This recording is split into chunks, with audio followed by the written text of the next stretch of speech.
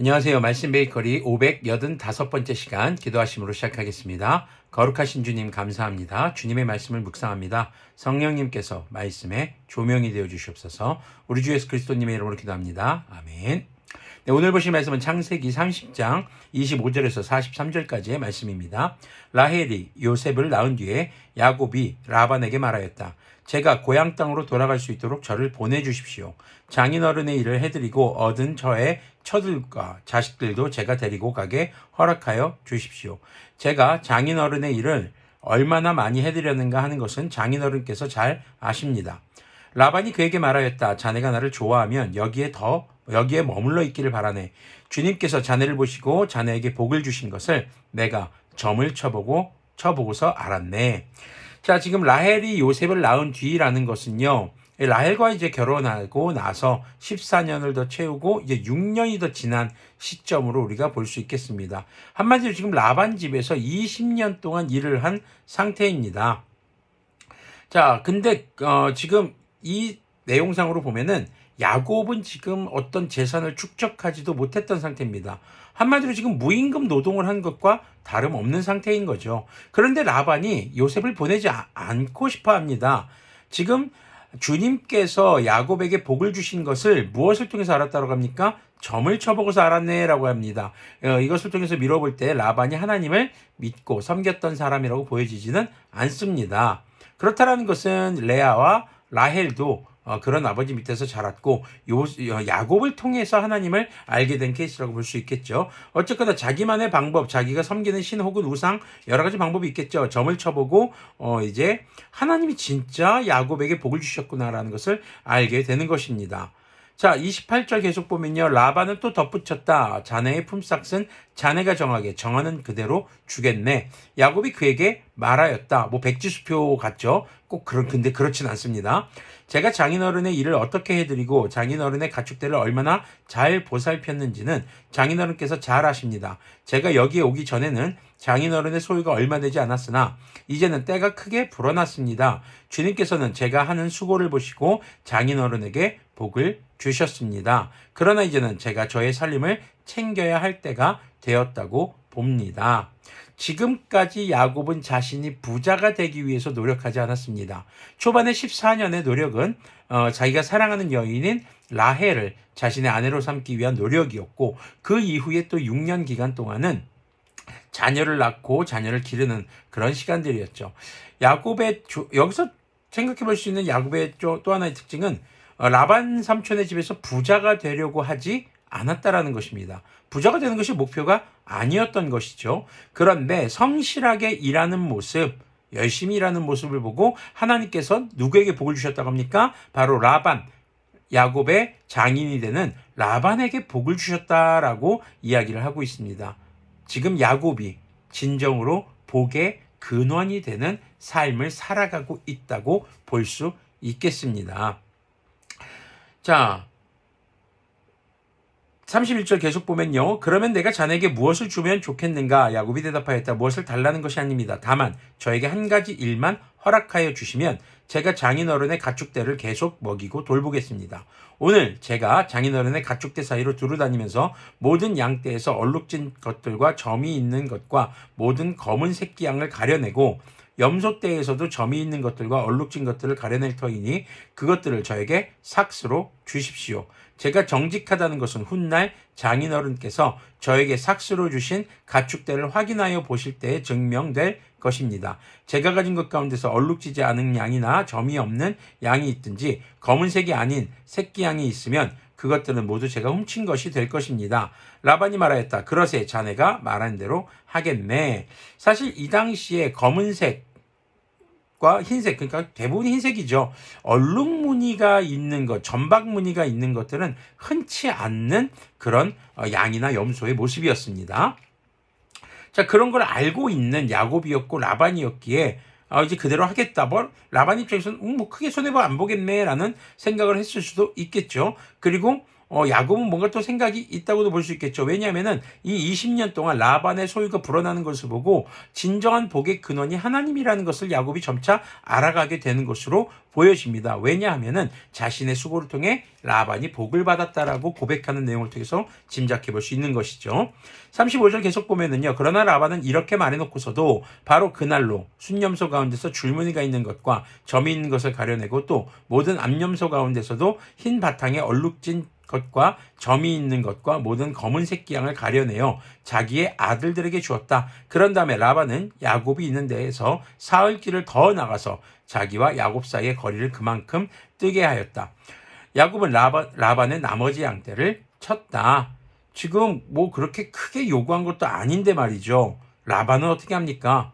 지금 얼룩진 것, 점박이 무늬가 있는 것들을 다 빼가지고 자기 아들들에게 줍니다. 지금 앞으로 태어날 새끼들에서 점박무늬나 아니면 얼룩무늬가 있는 것들을 미연에 방지하자라는 생각일 수도 있겠고, 지금 야곱에게 주려는 것을 더 줄여보자라는 그런 속셈일 수도 있겠죠. 어떻게 보면 라반이 오히려 야곱을 속이는 자로 이제 지금 더 강해지고 있습니다. 속이는 게 더 강해진다는 거죠. 사실 처음에 레아를 아내로 맞이하게 된 것도 라반에게 속아서 이렇게 맞이하게 된 거였고, 지금 이렇게 20년 동안 일했음에도 불구하고 전혀 어떤 물질적인 대가를 지불하지 않는다는 것 역시 라반이 야곱을 이용하고 그리고 정당한 대우를 해주지 않고 더 나아가 속이고 있다는 것을 우리가 생각해 볼 수 있는 부분입니다. 자, 이제 야곱이 어떻게 하는지 보겠습니다. 37절 보면요. 야곱은 미루나무와 감복숭아 나무와 플라타너스 나무에서 푸른 가지들을 꺾어서 껍질을 벗긴 다음에 벗긴 가지에 흰 무늬를 냈다. 야곱은 껍질을 벗긴 그 흰 무늬 가지들을 물 먹이는 구유 안에 똑바로 세워놓고 양떼가 와서 물을 먹을 때에 바로 눈앞에 세워놓은 그 가지들을 볼 수 있게 하였다. 양들은 물을 먹으며 와서 거기에서 교미를 하였다. 양들은 껍질 벗긴 그 나뭇가지 앞에서 교미를 하고서 줄무늬가 있거나 얼룩이 지거나 점이 있는 양을 낳았다. 야곱은 이런 새끼 양들을 따로 떼어 놓았다. 라반의 가축대 가운데서 줄무늬가 있거나 검은 양들은 다 가려냈다. 야곱은 이렇게 자기 가축대를 따로 가려내서 라반의 가축대와 섞이지 않게 하였다. 야곱은 튼튼한 암컷들이 교미할 때에는 물 먹이는 구유에 껍질 벗긴 가지들을 놓아서 그 가지 앞에서 교미하도록 하곤 하였다. 그러나 약한 것들이 교미할 때에는 그 가지들을 거기에 놓지 않았다. 그래서 약한 것들은 라반에게로 가게 하고 튼튼한 것들은 야곱에게로 오게 하였다. 자, 가만히 생각해 보면요, 이거 조금이라도 과학적, 생물학적인 지식이 있다면은 말도 안 된다는 걸 알 수 있죠. 아니 뭐 교미할 때 이렇게 얼룩무늬가 있는 나무를 보면은 얼룩무늬가 있는 혹은 점박무늬가 있는 새끼를 낳는 것일까요? 이거 정말 미신 중에 미신이죠. 말도 안 되는 비현실적인 방법입니다. 그런데 야곱이 했던 것 중에 또 하나가 튼튼한 양들이나 염소가 교미할 때는 그런 껍질 벗긴 가지들을 놓았다라고 하는 것입니다. 지금 얼룩무늬와 점박무늬가 태어날 수 있는 그런 자신이 믿는 방법을 이제 건강한 양들에게 적용했다라는 것이죠. 사실 이거는 전혀 과학적 근거도 찾아볼 수 없는 그런 방법입니다. 그런데 43절 보니까요. 이렇게 하여 야곱은 아주 큰 부자가 되었다. 웬일이죠? 이게 무슨 일일까요? 원래 점박무늬나 얼룩무늬는 그렇게 개체수가 많지 않았어요. 그런데 지금 많아졌다라는 겁니다. 야곱이 썼던 방법이 효과가 있었던 것일까요? 야곱은 가축대뿐만 아니라 남종과 여종, 낙타와 나귀도 많이 가지게 되었다. 야곱이 이렇게 부자가 되고 많은 것을 소유하게 된 것은 바로 하나님께서 야곱에게 복을 주셨기 때문입니다. 첫 번째로 우리가 생각해 볼 것은 야곱이 아버지로부터 받은 그 복, 그것이 있었기 때문이라고도 생각해 볼 수 있겠고요. 그리고 라반 삼촌의 집에서 속이는 자가 아니라 이제는 속임을 받더라도 정직하고 정당한 방법으로 일하는 그런 모습을 야곱이 보여주었다라고 볼 수 있겠습니다.